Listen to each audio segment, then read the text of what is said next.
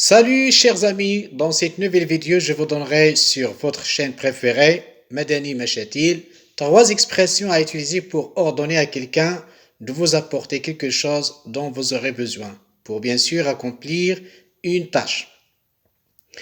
Alors, le plus souvent, vous voulez faire quelque chose à la maison, ou bien vous voulez bricoler quelque chose à la maison, alors que vous aurez besoin de l'aide de quelqu'un qui vous rapproche quelque chose, qui vous apporte quelque chose, des outils, un objet, etc.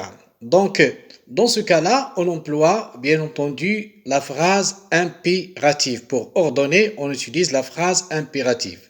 Alors, on peut envisager deux cas. Alors, dans le premier cas, on ordonne à quelqu'un de nous apporter quelque chose de très près ou bien de très loin. Lorsqu'on envoie une personne chez une autre personne, d'accord, chez quelqu'un, de très loin, un peu plus ou moins loin, d'accord. Alors, on peut utiliser des expressions différentes. Alors, je reviens au premier cas. Alors, quand on ordonne à quelqu'un de nous apporter quelque chose de très près, on peut utiliser les deux verbes. Par exemple, chercher, apporter, bien entendu, au mode impératif.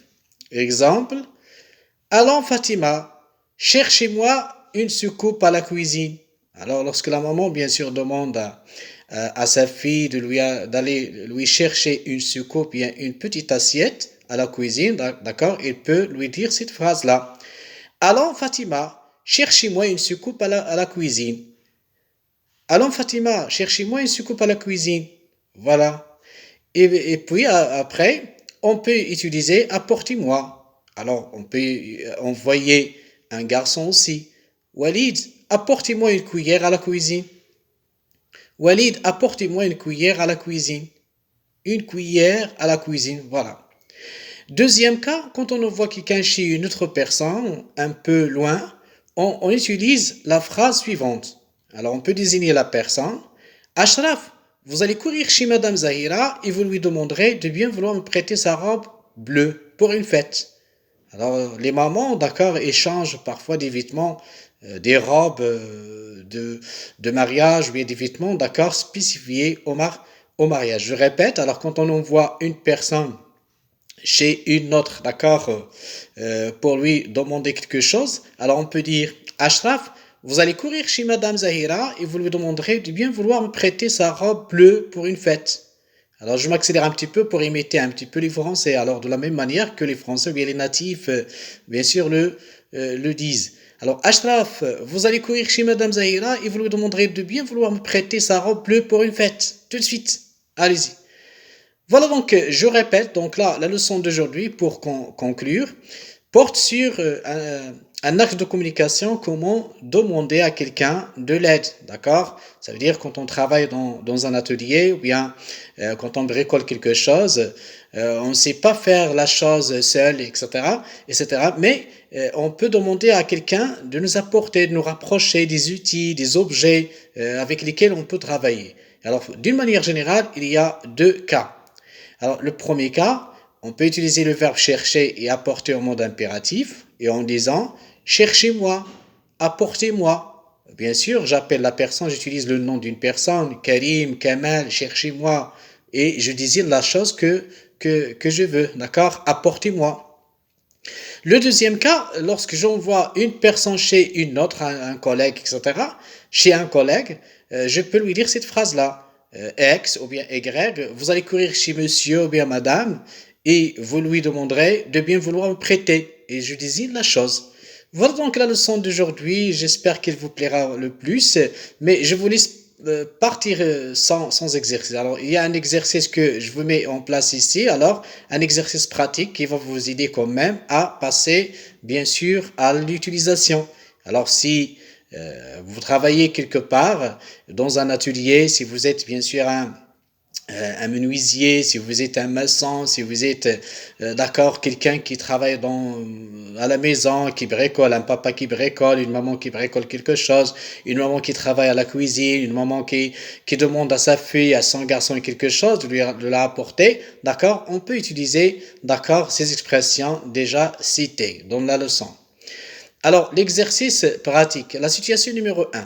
Alors là, je préfère toujours la situation de communication Ça veut dire lorsqu'on parle de la communication, si les situations, il faut s'offrir à soi hein, des choses ou bien des occasions pour parler. Voilà. Alors la situation numéro un, c'est ce que je vous propose aujourd'hui. À la maison, par exemple, votre papa demande à ton grand frère de lui chercher un râteau pour s'en servir dans le jardin. Que lui dira-t-il? Alors, plusieurs tâches, on peut les faire avec un râteau. Alors, le râteau, on ratisse bien sûr quelque chose, ça veut dire on ramasse des feuilles mortes, par exemple, on peut ramasser des petits cailloux, on peut ramasser tout ce qui peut nous déranger de minuscule dans le jardin. Alors, qu'est-ce qu'il dira? Alors, je répète la première situation. À la maison, par exemple, votre papa demande à ton grand frère de lui chercher un râteau pour s'en servir dans le jardin. Alors, que lui dira-t-il? Alors, je vous laisse un moment à réfléchir. Voilà, allez-y. Très bien. Alors, la première réponse. Allons, Samy, cherchez-moi un râteau pour ratisser les feuilles mortes dans le jardin. Allons, Samy, cherchez-moi un râteau pour ratisser les feuilles mortes dans le jardin. D'accord? Voilà. Alors, deuxième situation de communication. Alors là, on entre un petit peu dans le cadre de l'enseignement, c'est le professeur. Alors, un professeur ordonne à son élève de lui apporter une brosse chez son collègue. Faites-le parler.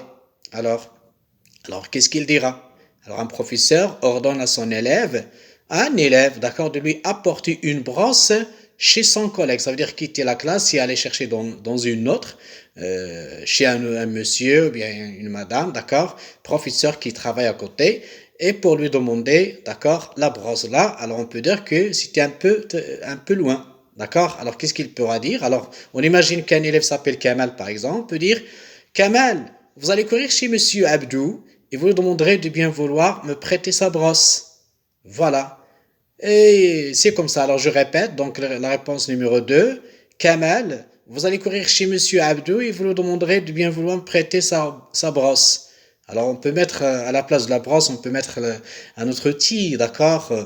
Une règle, une mesure, on peut dire la craie, on peut dire stylo feutre, d'accord? Qui sert à écrire dans le tableau, etc.